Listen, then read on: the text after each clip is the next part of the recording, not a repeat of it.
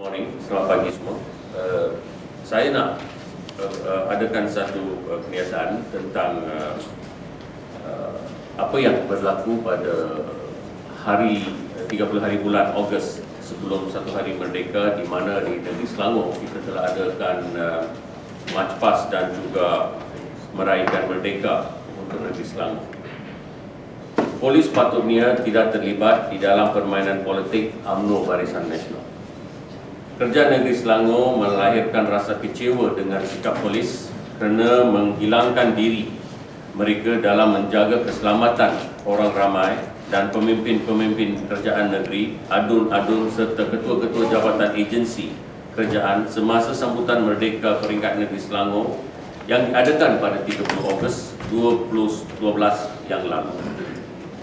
Apa yang begitu jelas dan ketara ialah tidak kelihatan kelibat seorang pun anggota polis beruniform di persekitaran dataran kemerdekaan Shah Alam, walaupun ibu pejabat daerah Shah Alam, Seksyen 11 Shah Alam terletak kurang dari 200 meter dari lokasi tersebut. Bayangkan apa yang akan terjadi sekiranya ada pihak yang tidak bertanggungjawab melakukan provokasi dan kacau ganggu semasa majlis tersebut dan ketidakkan pihak polis yang akan mengundangkan berlakuan kejadian yang tidak diingini. Ini melibatkan keselamatan orang ramai, pegawai-pegawai jabatan kerajaan dan juga kepimpinan kerajaan negeri Selangor. Khususnya kepimpinan negeri Selangor dan kerajaan negeri Selangor telah dipilih oleh rakyat untuk memerintah negeri Selangor.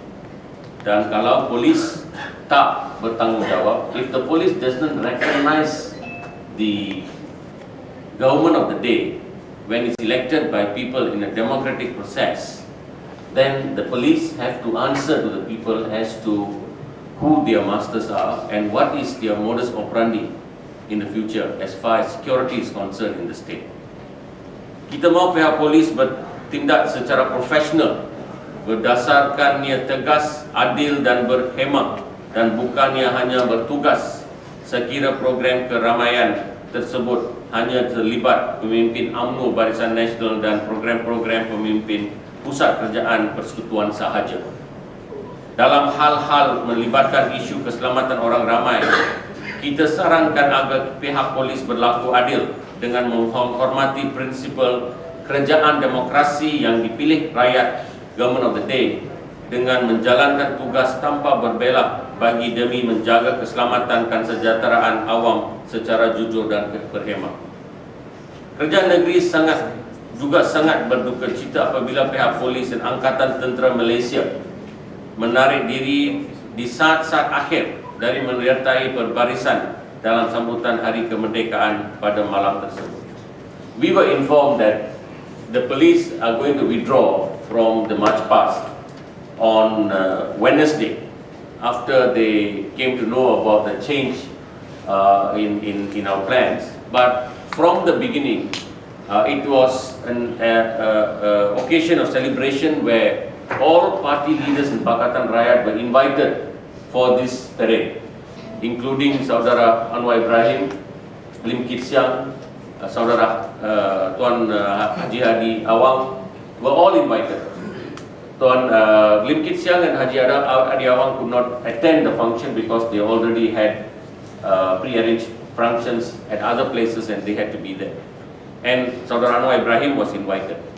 Now, I think we have to understand the situation, our position of Saudara Anwar Ibrahim. Saudara Anwar Ibrahim is an elected parliamentarian in the parliamentary system of Malaysia. He is also the opposition leader, Ketua Pembangkang. Now, as a Ketua Pembangkang, as a parliamentary leader, he is allowed, if you look at the constitution or any bylaws written by a democratic system, he is allowed to attend any state functions in any state on the invitation of the states. You cannot say that Saudara Anwar Ibrahim cannot be invited. He can be invited if the parties deem so. His invitation is legal and right.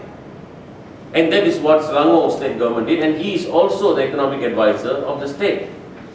And he was invited in his capacity as the opposition leader in Parliament Malaysia. in which in other countries it's actually a ministerial post, to the level of a ministerial post. And in Parliament they have given him a separate wing, separate office, they've got staff and everything else recognizing the position.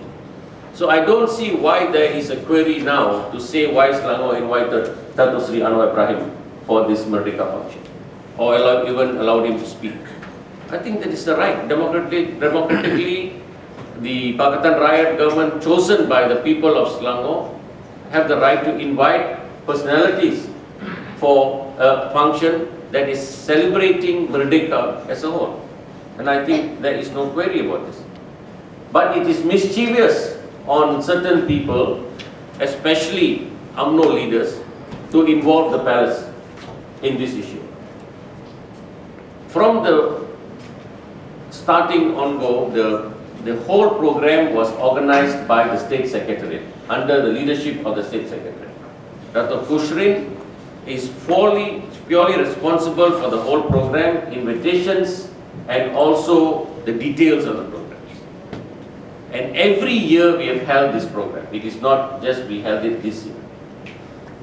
And by protocol, the palace is usually not invited because it's a state function. But Tuanku always attends the Friday mosque officially, but with the state officials a day before Merdeka. I think it's mischievous on the part of UMNO leaders to drag the Tuanku into this program. It's very mischievous and driving a wedge between the civil servants and the palace, and trying to drive a wedge between the leaders and the palace. And I think this is very, very dangerous a game played by these UMNO leaders. Kerajaan negeri sangat, adakah mereka menerima arahan on the pulling out of these people? Adakah mereka menerima arahan dari tangan-tangan di atas untuk menarik diri dari menyertai program anjuran Kerajaan Pakatan Rakyat? And I think it is very lame for the CPU of Selangor to give an excuse saying that his men were doing traffic duty. I think they have enough personnel and manpower to send a contingent of 100 police personnel who would be on duty on that day or for the parade itself. And I think the CPO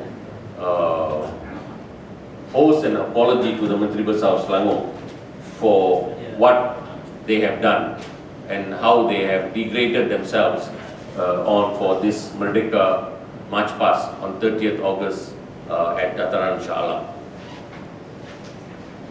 Ini jelas menunjukkan bahawa walaupun kita sudah 55 tahun bermerdeka, kita sedih kerana institusi keselamatan dan pertahanan di negara ini masih tidak bebas dan terus dijajah, dan pihak pengurusan terus membiarkan dirinya dikuasai oleh rejim political master memerintah di dalam negara kita.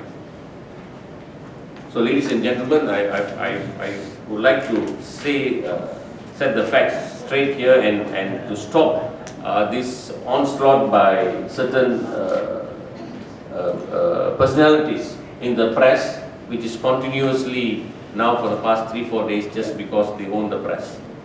I think we would have to see the right light of day and understand the facts and speak the truth and let the people know exactly what this program was all about and how it went about.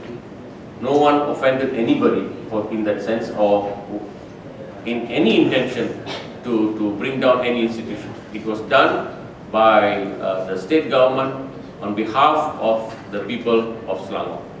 Thank you. Saya nak tambah ini because I think I have to comment on that because I think the whole country is getting silly. Seluruh negara makin menjadi kebudak-budakan. Saya sempat bersekolah semasa kami kena baca rukun negara tiap-tiap hari Ahad di Terengganu. Kami tak angkat tangan pun. Banyak tempat di seluruh negara ni orang tak angkat tangan pun baca rukun negara. Dan rukun negara, Ustaz, bukannya rukun Islam, rukun iman, tak jatuh iman pun. Mana yang lebih patriotik, mana yang lebih kurang ajar dengan negara ini antara tak angkat tangan ataupun menghina mahkamah. 5 rukun negara itu adalah keluhuran, undang-undang dan perlembagaan. Mana kerajaan yang paling banyak mengubah perlembagaan negara ini? Yang memecah hakim, kalau tidak Barisan Nasional. Yang itu lebih hina dan tidak patriotik. Dengan sebab kalau macam itu maksudnya ramai sangatlah budak-budak sekolah di Malaysia ini yang tidak patriotik daripada darjah 3 sebab dia tak angkat tangan masa baca buku negara. Jadi I think soalan-soalan begini, minta maaf lah, I think we are really going down the silliness, backwards. Kita tumpukan kepada soal-soal yang lebih penting. Pada masa Perdana Menteri boleh curi 1 bilion ringgit begitu sahaja, mereka lebih suka untuk menumpukan pada soal tidak angkat tangan. We are the laughing stock of the world because of this. And that's why I feel very strongly, because kita nak tumpu kepada soal yang lebih penting. Ini sekarang land bank 50 bilion pula nak bertukar tangan kepada seorang kroni. Ini lebih penting daripada soal nak angkat tangan ke tak angkat tangan. Boleh? Ini perlu diteliti kenyataan Dr. Xavier di sini. Kenapa? Kerana Kerajaan Negeri Selangor bawah Pakatan Rakyat, walaupun pada awalnya merasakan pelantikan Datuk Musri itu satu paksaan kepada oleh Kerajaan Pusat, akhirnya akur dengan pelantikan beliau selaku pengarah program sambutan kemerdekaan. Kenapa? Kita profesional. Sama juga dengan bila dimasukkan, dimuatkan slot Dr. Seri Ibrahim. Saya jemput semua pemerintah dengar kandungan ucapan beliau dan perlu faham bahawa pengarah program merupakan setiausaha kerajaan negeri. Jadi selagi yang kita boleh, kita tentunya mahu bekerjasama dengan semua pihak. Yang kita tidak mahu adalah bila tangan-tangan hitam politik. Dan pada saya bukan disalahkan PDRL sangat, tapi menteri dalam negeri yang menguasai PDRL, mengarahkan mereka hanya ikut telunjuk UMNO dan BN. Ini satu pengkhianatan kepada negara yang seharusnya diberi perhatian, sepenuhnya perhatian oleh rakyat Malaysia. Dr. Usrin being the chairman and the organizing chairman for the program, when he calls for a program, he will call the police and he will call all those who are involved in order to inform them about the program. And it is security is understood, is provided by the police for that program for that night. It was prearranged. Oh yes, definitely. When did you know that they will not be showing up for security? We were told that they will not be appearing. They pulled out from the parade. But what surprised all of us when we went there that night, there was no uniformed police even on duty in that area. We had to use our pengerkuasa from the different town councils as security officers, and also to control traffic and also to control the public. So you only found out on the night itself?